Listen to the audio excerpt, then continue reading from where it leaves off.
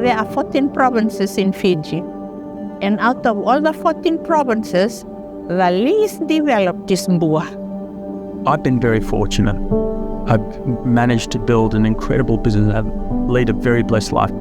I come from a little tiny village in the middle of nowhere in Fiji, and I've seen the transformation, the belief that it's given me. And I actually think, why don't I do that for other people? And that's been amazing. And that's really what Katalyst has been. And it's Katalyst with a K, obviously, because Kukai and Katalyst with a K. And that was the little hint of what Katalyst origins. You started from Kukai. You started from this incredible blessing that God gave me. And now I've pushed it into a little chemical reaction that I'm going to give you, but it's going to change your life. And that was the real beauty of what we were trying to do with Katalyst. They were mostly relatives, his age group, mostly his nephews, his cousins, his uncles. And all these people, when they go out to the bush or go to the sea, they all have to look after him. Because when he was small, he grew up to care for the people. Whatever he had, he'll have to share with his friends. I feel so much better when I think I'm able to give something to other people. That's the way I was brought up. And I think as Fijians, you grow up in a community which is constantly sharing. It's a village. It means everything that is in that village is to be shared. You know, food, time, play, whatever it is, it belongs to a group of people. It's not yours.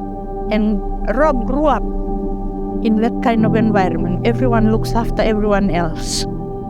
And I think that stayed with him. My closest friend when I was growing up was this guy called Sebo. And I heard that he died at the age of 43. And Sebo and I were very close, we were almost inseparable. By the time I woke up at my grandmother's house every morning, Sebo was already sitting out the front waiting for me. And Sebo was married, had 2 kids. And I went to the village and I asked, what happened? And they said to me, oh, he died of typhoid. And I did some inquiries. And what would have saved Sebo's life was a $1,500 fence around the water source. A $1,500 fence would have saved Sebo's life. And I thought to myself, here I am, I'm a millionaire, and my best friend just died and all it would have taken to save him was a $1,500 fence. And by that stage, I'd gotten rich, forgotten all about my village. I was making money, I was busy, and it was a real tap on the shoulder to go, what did you leave behind? And that's what just triggered me. I kind of just started thinking, well, what can I do? I can't leave my people back here when I'm sitting in a life of luxury. And then just started one thing after another. I started then looking into health, education, how are the kids getting educated? The school classrooms were still the same as when I was a kid. It's 40 years ago. And in fact, they were worse because no one had invested, no one had bought new furniture. And so I did these little gestures of buying furniture, buying this, buying that. And I thought, oh, but that should do. And one thing inevitably led to another. And I started making some inquiries. I go, well, how many kids are passing their final year of school in this secondary school, which was the main secondary school in the province? And at that stage, about 10% of kids. And my first gesture for province was to go, well, how about I provide scholarships for kids that are getting to university? And that was our first foray into forming Katalyst. Being a village boy right back in 2019, when I came to Suva, it was very difficult, very challenging. Being there in the village and moving to a new environment, meeting new people. I really missed my parents a lot during 2019. And those feelings that it drives me to keep on studying, doing this right, and also trying to achieve that degree. On my first year, I usually came from home, and it's like a 1.5 hour ride. So from home to university.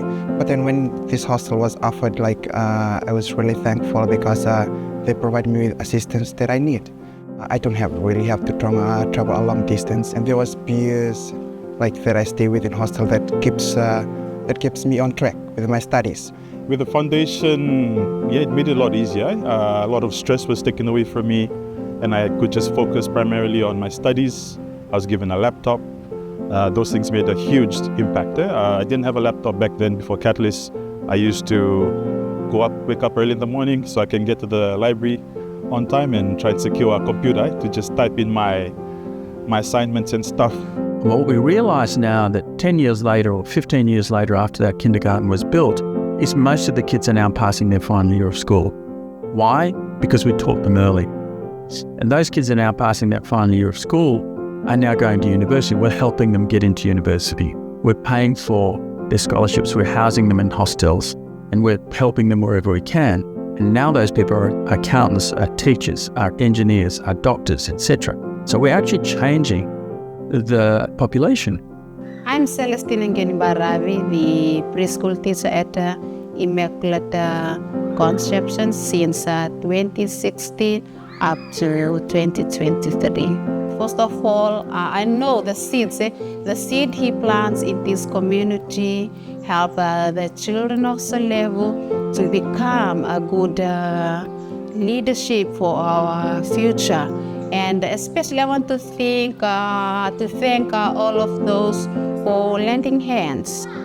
The Katalyst Foundation for providing us with this building and for donating us with lots of school stationeries which help the children of Salevo in their everyday learning. We're here in Immaculate Conception Primary School based in Salevo, here in the province of Mboa. Today we're distributing backpacks for students. So mostly these students, their names were given to us by the Department of Social Welfare. Mostly single mom or single parents, those raised by their grandparents in the villages. So in these backpacks we have stationeries, the lunchbox, the water bottles, all donated by people from Australia. The huge impact I would say that Katalyst played through this kindergarten, the early school as building that we have, is to enlighten kids, about owning this visionary image of, where they wish to be 10 years from now. I know this is going to sound ridiculous, but I became a millionaire at 30, but I realised it was that dream that I've been doing. I thought, when you become a millionaire, everything becomes fantastic. Well, it doesn't. It actually doesn't. You've got all this money, and it doesn't deliver the happiness that you were looking for. So I retired from the business for a little while. And then I had to make a decision. I go, well, am I going to go back into this business or am I going to, am I going to just leave? I felt like going, I don't know if this is for me. Just making money, it wasn't that interesting. And I thought to myself, well, God's obviously given me this gift, right? And I don't want to just throw it away and think it's for nothing. But I looked at it and I thought to myself, look, if I can turn that purchase into something that helps somebody, I think that will make me happy. When Cyclone Yasa hit, and we had gone around to some of the villages, and from the experiences, they had to look for solutions before government came in. So trees were down in the village of Wainunu. And once government cleared the road to reach these villages, they had already cleared the ground, they had cleaned up the area, ready, waiting for the government to come in and fix up the things that needed. They fixed up the water so that the elders could drink and the mothers could have water for their babies, and they made sure they were protected during the strong winds. It's taking that initiative, and that's just part of our DNA. It's part of our consciousness that we have to look after our own. And after Cyclone Winston, and everybody's hopes were down. No one even thought that there were, money or people that would help. And Tunga came in, Katalyst came in. Katalyst Foundation has really been an eye-opener. It has really helped the people not only through their faith, but their daily, living, in understanding that the only way that we could move forward is just to be generous to one another. Yeah. So it's so great to be part of the Katalyst, and I'm so fortunate to be one of these students and one of the village boy being raised by Katalyst and provided with all those assistance, and the credit goes to them. Oh, the first day when he came after the COVID-19, October 2 years back. The first day when we have the ceremony here, the church ceremony for that first post, I never do something. I was just crying for my son. He was the third child of my family, and that is what he gave us before he have a job. He just schooling, and I was just crying that day when we gathered here for the post. And I told him I not believe that moment when he rang me on the phone that he want to build one house for us. Baru disalah kamu cilawan. Baru tadi dah kaya kami ditungguan, setara ditungguan ini. Studying civil engineer, we are studying about structure that we can build to withstand cyclone, earthquakes. So that will be helpful if I could work hard, achieve this degree, and help back in the village, just to share knowledge about building houses and the plans and managing projects back in the village, and also to help them to improve their standard of living. Katalyst, they help us very much. They really help us. 5 years in Suba, with a child coming from a village, they are very struggle here in the village. I'm really, really very proud. This year he told me that he's about to graduate. We are really, really thank the Lord, and we are very proud of what he does. The villagers also, they are very glad of what he planned for the village. My name is Isombali Divya. I'm originally from Navunievu in the village of, in the province of Mbua. In Fiji, like what aches the most for most people is where they came from. They always want to see changes in where they came from, economically, financially. You know, it's really ache people when they say like, you are from this village. It's like, you know, it's the worst one of all. No one wants to hear that where they came from. So they always want to hear the best from their village. I'm really proud because many people that I came with, like many students that when I was a 4th year, and then like some of my cousins who came, you know, I used to motivate them, you know, we came from this small village, we came from this small settlement. You know, if we can make a difference, like in our settlement, we can make a lot of difference in our district, in our province, you know, and that is not just something small. Like when people look at you, you know, where are you from? I'm from Mbua. And he says, okay, you know, that's something positive because you're not only making proud of your parents, you know, there's a community to impress, there's a province to impress. And also if you are a sponsored student, you know, they'll be so much proud of what you have achieved. So that's how it's like, you know, not only look at a smaller picture, there's a big picture you can paint there. Having the opportunity to go to Vanuatu to do my final year, that greatly helped me a lot in becoming the person that I am, living on my own, and understanding the broader sense of university life. We've put about 200 kids through university. We're building 2 new kindergartens this year. And over the next 10 years, you're going to watch this community change. So that's actually going to change the way that community operates. And in future, when I'm not here, that community is going to be responsible for resolving its own problems. And education is one of the ways to do that. We're brought up from the same cloth. We are brought up to think about the greater good. We both come from a chiefly family. So it was never about us. It was always about the people around us, those that were in need. And I think that that was quite something important for us growing up, is to to always look into the greater good for those around you, those that needed more. That was, I think, for me, a major transition when I finished my degree, having a law degree, and then moving into the field of environment and climate, because I saw this was something that could help my people back in the village, and of course the people of this country, in being involved in something meaningful. And just comes back to how we were brought up by our families here and our families back in the village, and how they were brought up. It's just a common story, coming down to us now, and hopefully to our kids as well.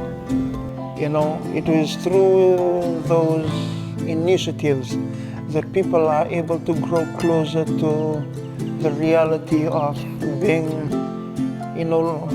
loving themselves, And that's how effective Tunga and the Katalyst organization have been here. Our enrollment has gone up. We've improved academically. We are excelling in sports for Mbua Zone. Parents are now more involved with school. Children are bringing out the creativity, bringing out the intelligence, the natural intelligence that they have. And they are performing to the level that we didn't have before. They're willing to go out of their way to help people, even though they don't have much. That's the part that I always admire about people here. If you can look back on your life and go, you know what, I had incredible outcomes with people that are going to well and truly outlive you, that's always going to be far better than anything else you're ever going to do. And that's what drives me. It's the best thing I'll ever be able to do in my life is just watch people blossom. There's nothing better. He's never forgotten Viti, and he kept that generous heart in him. I thought he went away when he was in year 9 or 10. He was 9 years or 10 years old. And I thought it would be lost when he goes to live with his kind in Australia, but he still has it in him. Until today, he still has it. And we were amazed that he still knew the dialect 20 years later when he came back. Just looking at him and how he's connected with us says a lot. And it's opened up our minds to the fact that he's able to get there from such humble beginnings. Definitely these children with exposure and support that's needed for them would enable them to achieve. The teachers are so grateful. I taught in Mbua for 19 years. And I've been hearing from the teachers, they are present and before, they are so grateful of what they're given by Katalyst Foundation. Where I am today, I know that I owe Katalyst for it because they have played a major role in my studies. And I really thank them a lot. That really motivates me to try and get a degree in civil and also help them out and also help the village, the Mbua people to grow in a way that they can also develop a better life in future. Going out into these multilateral meetings, for me it's always important to link it back to how this could impact the villages or the most of the communities that are in need. I know that in return will enlighten a lot of young generation. It will help a lot of people, to be able to just sit back someday and just think to themselves that, if they see this happening in front of them, a person just like them, it would boost them, it would motivate them that one day that they will be just simply be like that person, like Tunga. And the Katalyst organization is just to be life-giving, to each other and to the communities that they serve and that they live in. Yeah. So when you become like a successful person, like getting work, like wherever I may be, I always look back to where I started. And I was like, I started from there. If I can do it, so other students can. No matter where you came from a poor background or you came from a rich family. So there's no reason to stop you from being successful, to complete your studies, to get a job that you crave for. So if I can do it, so the student too can. And like with this assistance that Katalyst is giving, it is possible.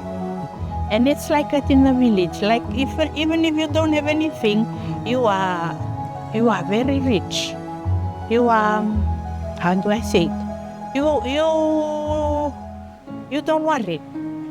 And these people, the more educated the population gets, the more they're going to contribute to resolving their own issues within their own community. Now, it's a long-term project.